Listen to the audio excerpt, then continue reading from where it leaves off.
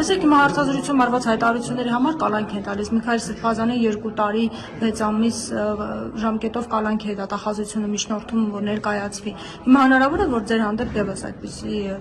եթե փաստեր չգտնվեն։ Ռազմական հեղաշրջման կոչ չեմ արել, իրարից առաջարկման տարբերակել ռազմական հեղաշրջման կոչը, ահաբեկչության կոչը, կարծիք հայտնելուց եւ զրկարտուց, եթե զրկարտության Դե դուք մեղադրանք եք ներկայացնում սպանելու փորձի։ Մեղադրանք կներկայացնի դատարանը կամ ջուրիը, ես իմ կարծիքն եմ արտահայտում կամ որևէ ինֆորմացիա եմ տալիս, ինչը որ մասնավոր իմ կարծիքն է, համենայն դեպս ես կոչ չեմ արել, կարծում եմ, որ համեմատականը տեղին չէ, որովհետև եթե խոսքը վերաբերում է Միքայել Սրբազյանին, ապա այնտեղ հեղաշրջման կոչ, ռազմական հեղաշրջման կոչ կա։ Բայց 1 տարի առաջ դատախազությունը չի գտել որևէ